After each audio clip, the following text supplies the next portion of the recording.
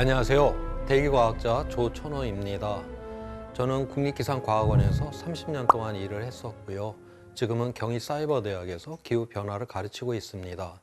오늘은 기후위기 6번째 주제인데요. 회복 불가능한 기후에 대해서 한번 살펴보도록 하겠습니다. 우리 인류가 이 지구상에 등장한 이래 우리 인류는 엄청나게 많은, 정말 많은 그런 위험을 겪었죠. 각종 자연재난, 각종 감염병, 전쟁, 최근 들어와서 금융위기까지 이러한 위험들을 겪었는데, 그러한 위험 속에서 정말 많은 사람들이 죽어나가고 다치고 엄청난 피해를 입었어요. 그렇지만 인류 전체 차원에서는 그러한 위험들을 또한 하나하나 극복을 했었고, 또 극복하는 과정에서 보다 더 나은 세상까지도 만들어냈습니다. 다시 말해서 인류가 지금까지 경험했던 그러한 모든 위험은 회복이 가능한 위험이었다라고 하는 거예요.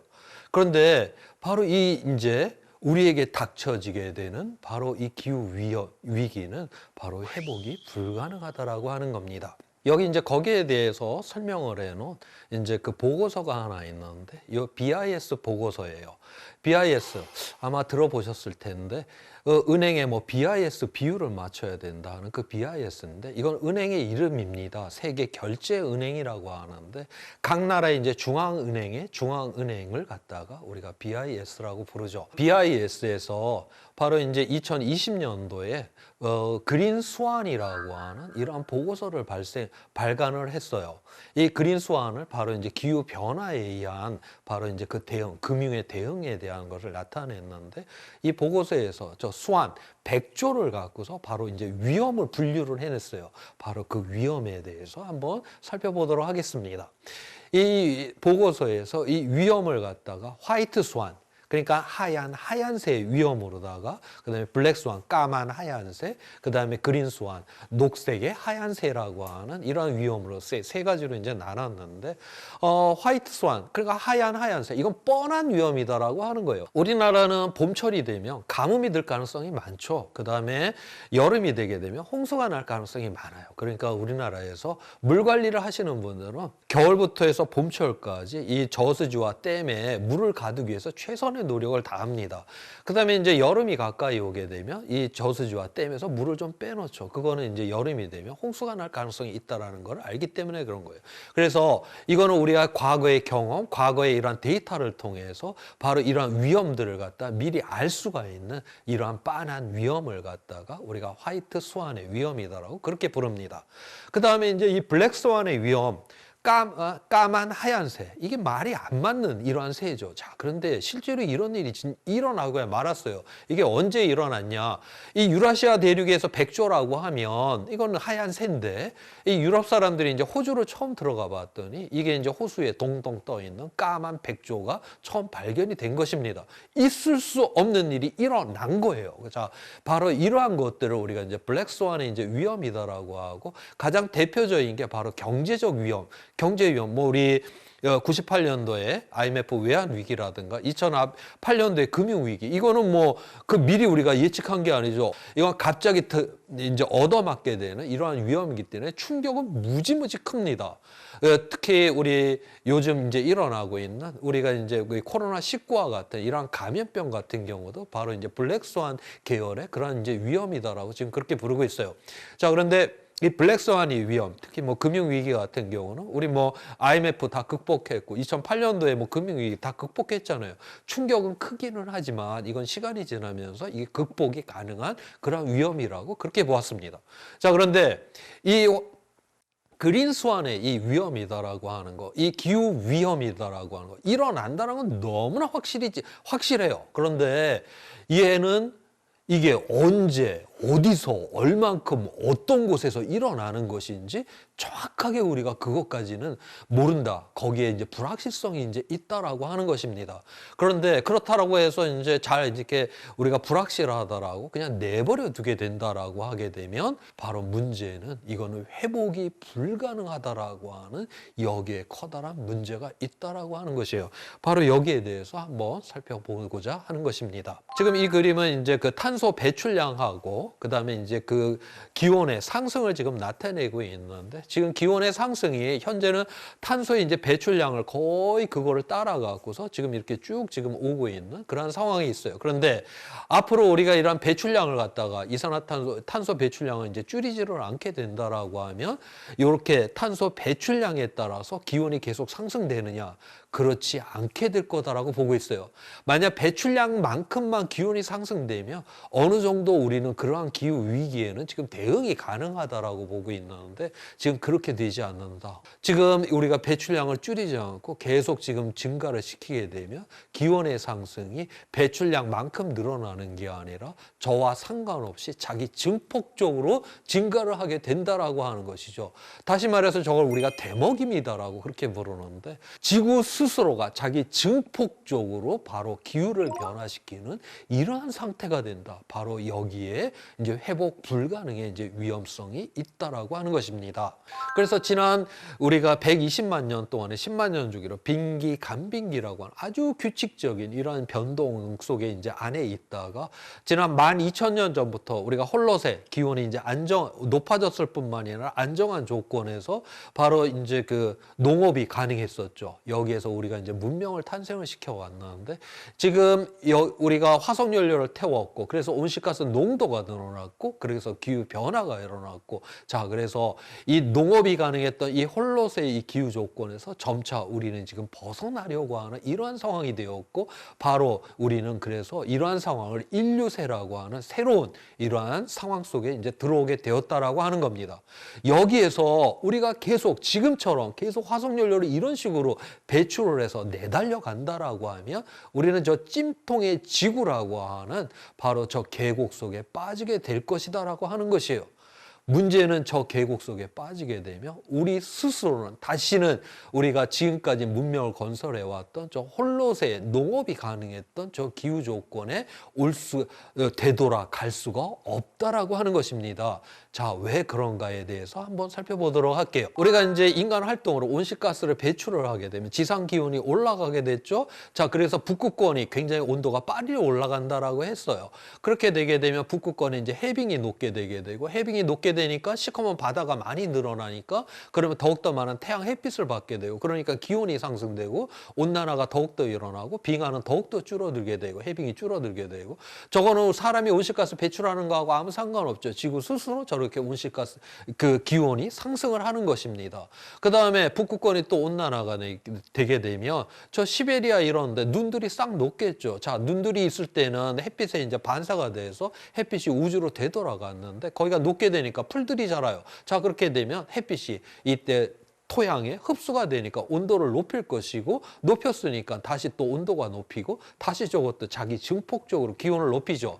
자, 또한 북극권에 저렇게 기온이 올라가게 되면 영구 동토층이라는 게 저 시베리아, 카나다 이런 곳에 있습니다. 저 영구 동토층은 수십만 년 동안 식물이 꽝꽝 얼어있는 상태예요. 식물은 탄소로 구성이 되어 있죠. 자, 여기가 가열이 일어나게 돼서 녹게 되면 이산화탄소보다 30배나 강력한 온실가스인 메탄이 나오게 됩니다. 메탄이 나왔으니까 그 온실가스 효과로 인해 갖고 지상 기온이 높아지고, 다시 그렇게 되면 동토지들 녹고 녹았으니까 또 메탄이 나오고, 이것도 자기 증폭적으로다가 바로 이제 기온을 상승시키게 된다라고 하는 것이죠.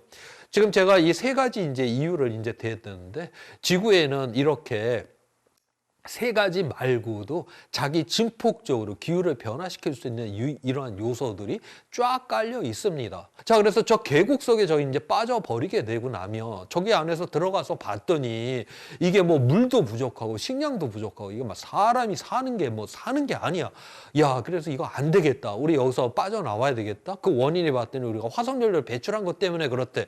저 안에 빠져서 우리가 아무리 화석연료 줄인다고 애를 써봤자 소용이 없다. 왜냐하면 지구는 자기 스스로 바로 이러한 기후를 변화시킬 수 있는 이러한 상태에 들어가기 때문에 우리는 일단 저기에 빠지게 되면 우리는 회복이 불가능하다라고 하는 겁니다. 그래서 저 선을 넘게 되는 저 임계선이 바로 지구 평균 기온 상승 2도, 1.5도를 넘지 않아야지 저 안에 빠지지 않게 된다. 그래서 바로 파리기후 협약이라든가 이러한 기후변화 협약들에서 바로 1.5도, 2도를 막아야 된다라고 하는 게 바로 저러한 것들로부터 이제 나오게 되는 것입니다.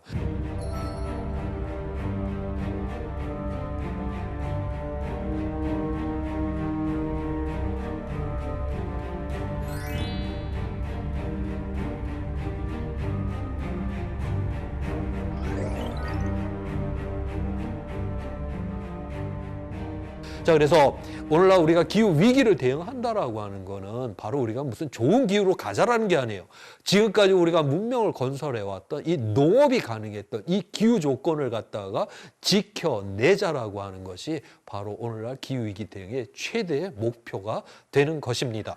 자, 그래서 지금 이제 앞서서 뭐 제가 한 3가지 요인을 이야기를 했는데 이미 이제 이러한 그 지구 스스로 자기 증폭적으로 기후 변화가 일어날 이러한 요인들이 지금 여기저기에서 지금 이제 드러나고 있어요.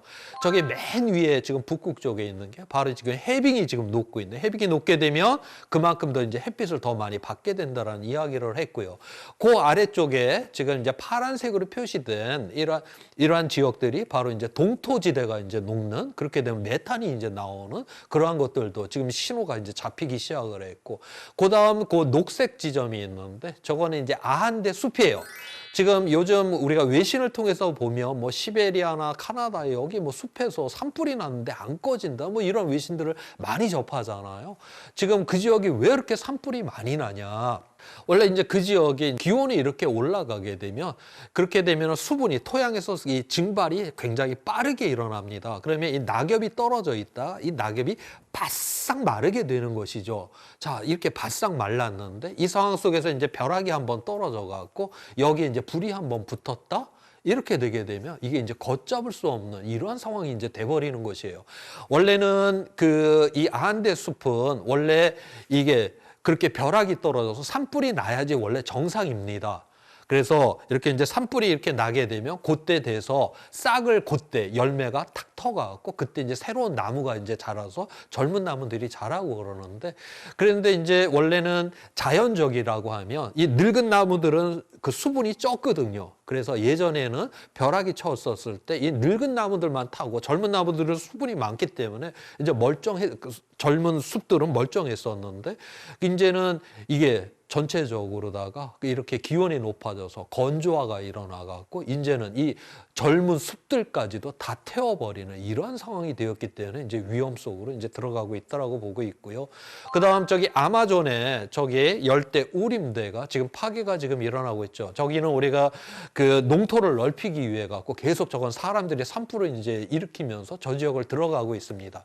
아마존 우림의 저기에서 내리는 비들은 어떻게 내리냐? 저 아마존은 저기는 저 바다에서 이 구름이 만들어져서 이 비를 내리는 게 아니라 아마존 열대우림은 그 아래가 축축하죠. 그래서 이 나무가 이제 그 수분을 쫙 빨아들여 갖고 잎사귀에서 그 증발산 수증기를 이제 뿜어내고 그게 구름이 만들어져서 비를 내리고 그것을 다시 또 나무가 뿜어 올려서 다시 또 증발산을 해서 또 구름을 만들고 비를 내리고 이렇게 돼요. 자, 그런데 사람들이 들어가고 거기를 갖다가 이제 불태워버리고 나무를 싹싹싹 없애버리게 됐다.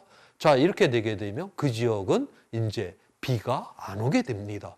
다시 말해서 지금 현재 이 상태로 계속 지금 우리가 산불을 내면서 아마존 숲을 파괴를 시켜버리면 지금 저기가 밀림 지역 아니에요. 저 지역이 앞으로는 그 사바나 기후, 초지가 쫙 깔려 있고 나무 몇 그루가 있는 이러한 사바나 기후로 변화가 일어날 것이고, 그거는 그 상태로 한번 변화가 일어나면 다시는 회복이 불가능한 상황이 될 것이다. 그 다음에 지금 이제 그 산호초가 지금 엄청나게 빠르게 지금 이제 죽어나가고 있습니다.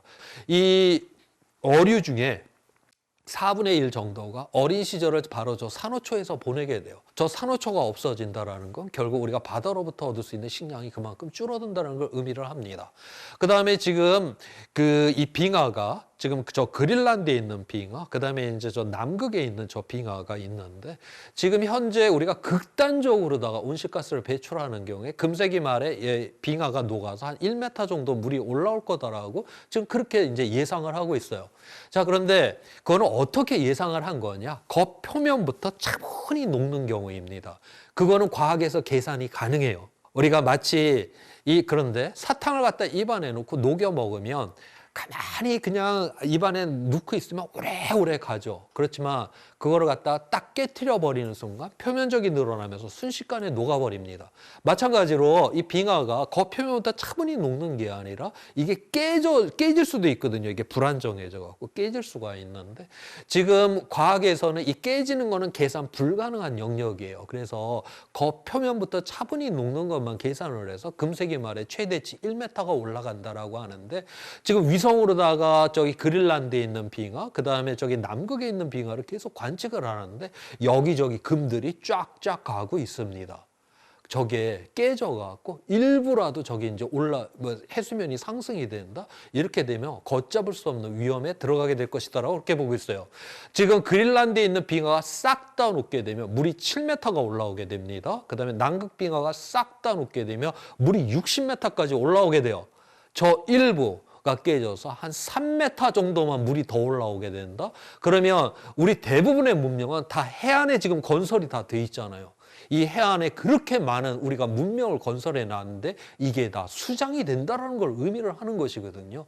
바로 그러한 위험성들이 바로 지금 신호로다가 지금 잡히고 있다라고 하는 것이고 이렇게 이제 이러한 신호들이 아직까지 본격화는 안 됐지만 저러한 신호들이 지금 여기저기에서 잡히고 있다라고 하는 것이고 그래서 이 기온 상승에 따른 지금 위험 수준을 이제 보여주게 되는데 저기 2001년도 저거는 IPCC 3차 보고서가 나왔을 때이고요. 그다음에 2007년도 4차 보고서, 2013년도 5차 보고서, 그다음에 2018년도가 인천에서 있었던 IPCC 특별총회의 그런 이제 결과인데 보통 이러한 우리가 회복 불가능한 이러한 위험성을 불과 한 10년 전까지만 해도 한 4도 이상이 올라가야지 이제 이렇게 위험하다라고 봤는데 지금 현재는 1.5도나 2도 이상이 되게 되면 바로 거기에서 일부 이제 위험성으로다가 들어갈 가능성이 있다라고 하고 있고요. 작년에 2021년도에 나왔던 IPCC 6차 보고서에서는 다음 세기 안에 이러한 어떤 극단적인 회복 불가능한 위험 상태인 티핑 포인트가 발생할 그런 과학적 증거를 아직까지 찾지는 못했다라고 지금 그렇게 보고는 있어요. 뭔가 여기 이제 불확실성이 있다라고 하는 거고 그렇지만 그 가능성, 일어날 가능성은 배제할 수 없는 상황이다라고 여기까지 지금 과학이 이해를 하고 있습니다. 자, 오늘 이 시간에는 바로 이 기후 위기가 바로 회복이 불가능한 위험이다라고 하는 이런 거를 한번 살펴보았고 다음 시간에는 이 기후 위기로 인해서 우리나라에 어떤 변화가 일어나고 있는지에 대해서 우리가 또한 함께 생각을 해보도록 하겠습니다.